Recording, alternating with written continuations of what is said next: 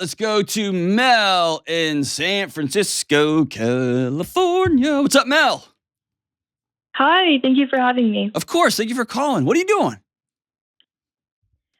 So, I struggled with an eating disorder in secret for a majority of my teen years. I'm currently 20 and I'm fully recovered, but I noticed that I'm still generally unhappy. And I've started to wonder if recovering from the eating disorder was only treating the symptom and not the root problem. When I look back on my younger years, I feel like I never really knew how to relax. I was always in my head. Yeah. So I guess my overall question is, what steps do I need to take to start feeling genuinely happy? Home life was hard, huh? I feel like I had a pretty good childhood, but for some reason I think the problem was socially. I always felt like nobody really understood me, even back in like elementary school.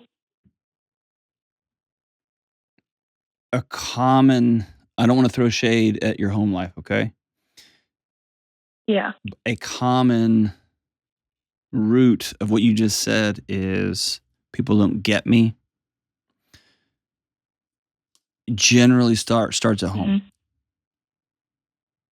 And that can look everywhere from don't do that. Like nobody wants. I don't have time to look at your drawings, or why are you dressed like that, or quit dancing and singing so loud. It can be any number of small, quiet things that are trying to keep peace in an otherwise peaceful, nice facade home. And what you learn at a young age is I need to control me. I need to shut this machine down. And that's a really tall order for a kid. And then often that stuff leaks out at school, and then people at school call you weirdo or call you whatever kid, and suddenly, whoa. Now, I'm not telling you that's your story. I'm telling you if I was a betting man, I would put my money there. I may be wrong. I may lose that bet. Now you're 20. What does recovery look like now? Yeah. So in high school, I had a lot of really bad eating and exercise habits. And now I feel like I don't resort to those things when I'm feeling down.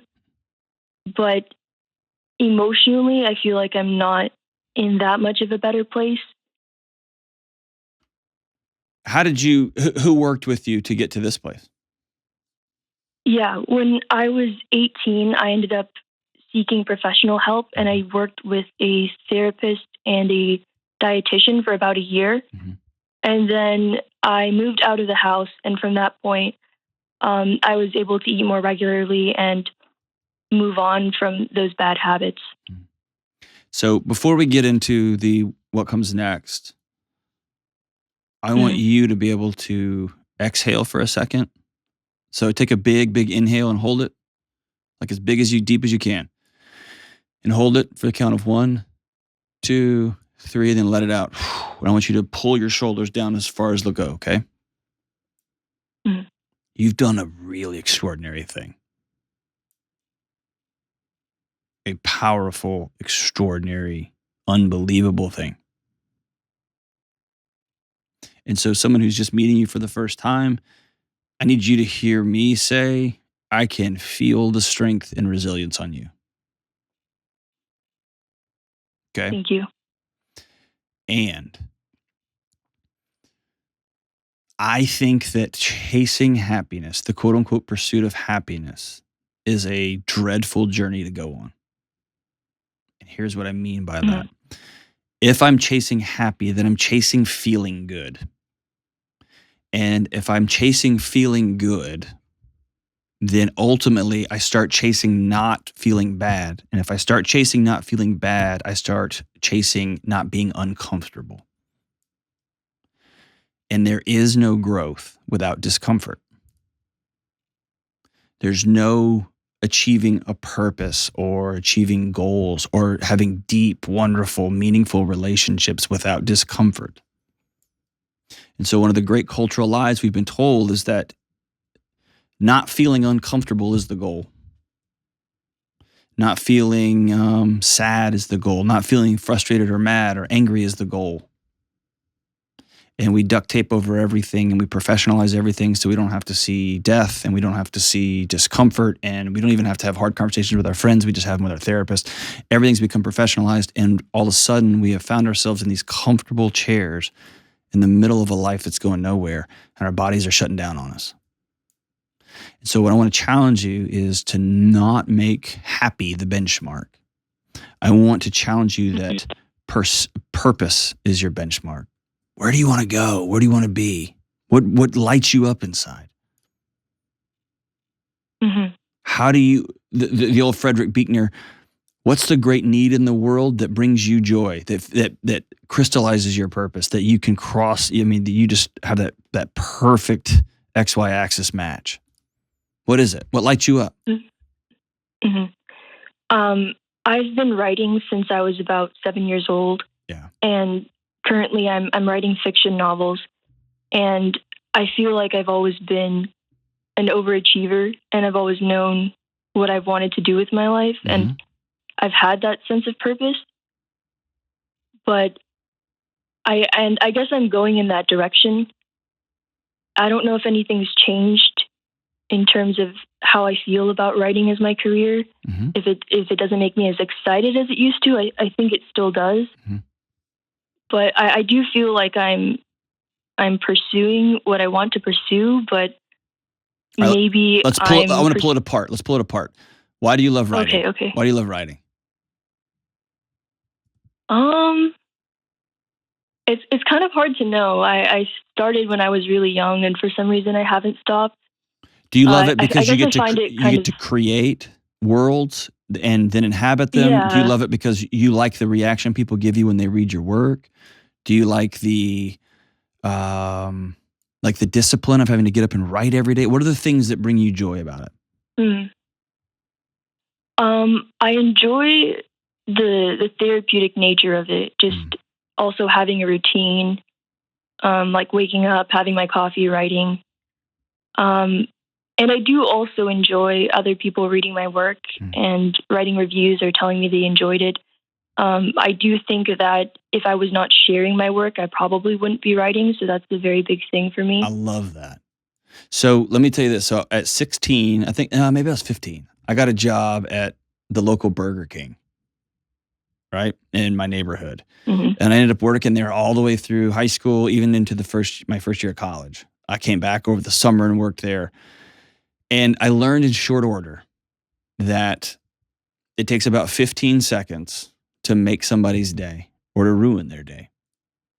And people would come in with that, standing in that long lunch rush line, and they'd have that dead eye. There was no cell phones back then, so it was just this numbed out, staring off into space look.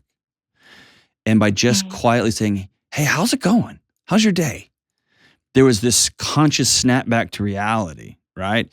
And there goes Rabbit, right? And so they would snap back to reality, and they'd look you in the eye and be like, "Oh man, it's great. Today's good," or "It's not so great." And then I could say, "I'm so glad it's going well," or "Tell me about it." And this is all while I'm just taking your number 2 combo with cheese, but no onions, right? Like it's very quick. And here's what I learned. That made me feel alive.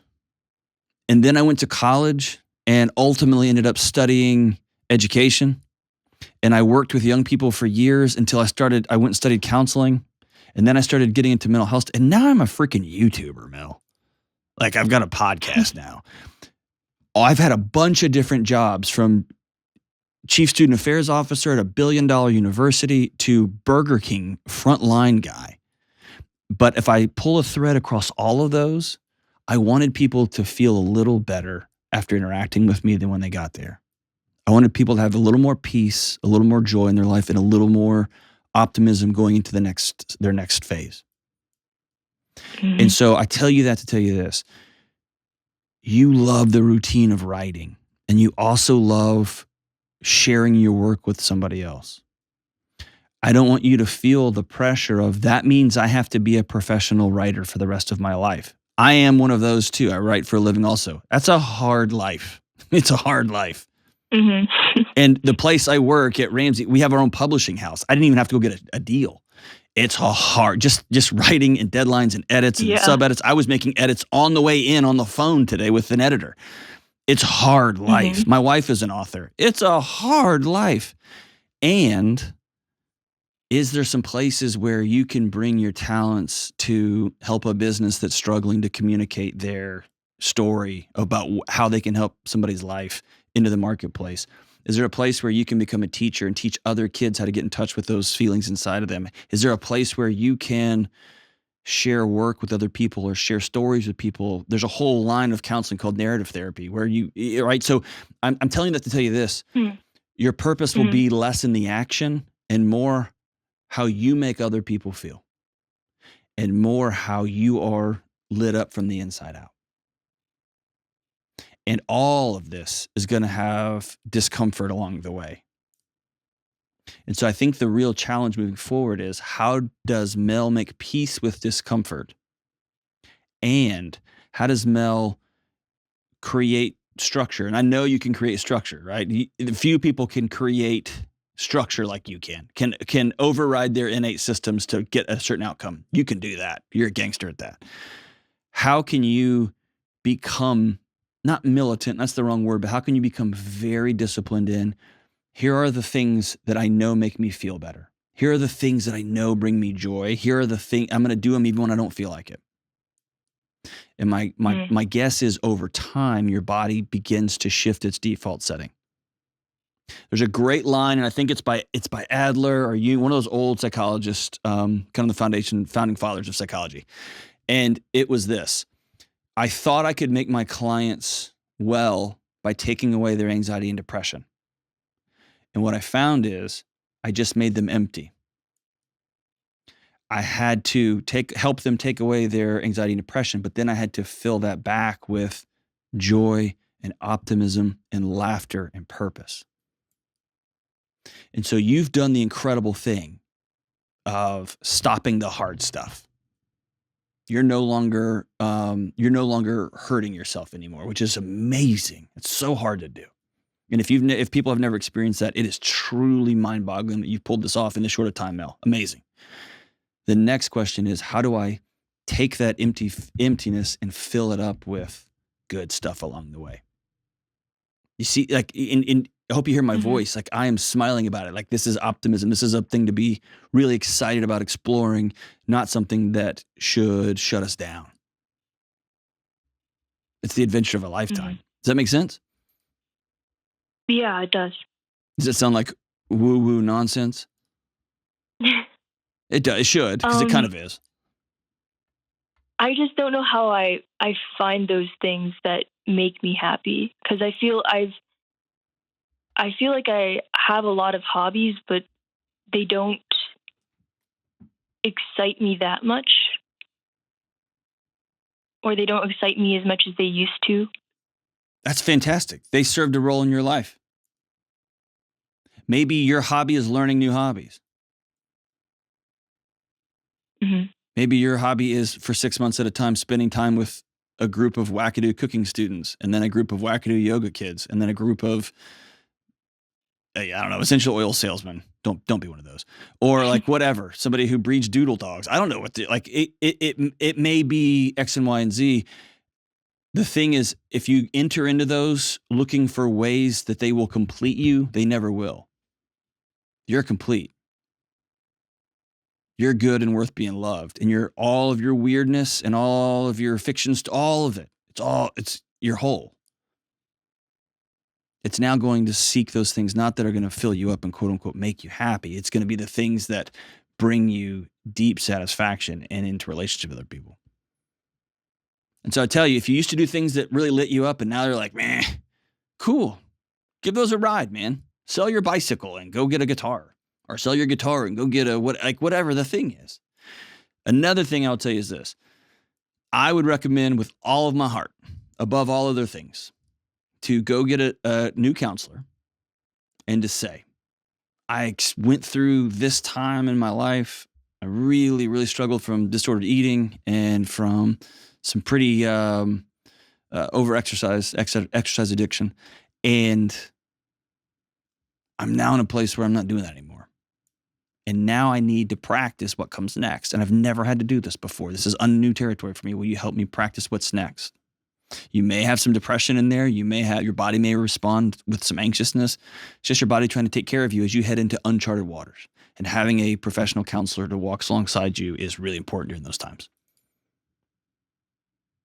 You are worth being loved. And you have strapped yourself to the mast, dude, while the storms raged and the storms passed. And now there's calm water. And now you can untie yourself from the mast and say, all right, where are we going to go next? Get somebody to walk with you. It's an honor to have gotten to spend some time with you, Mel. You're incredible.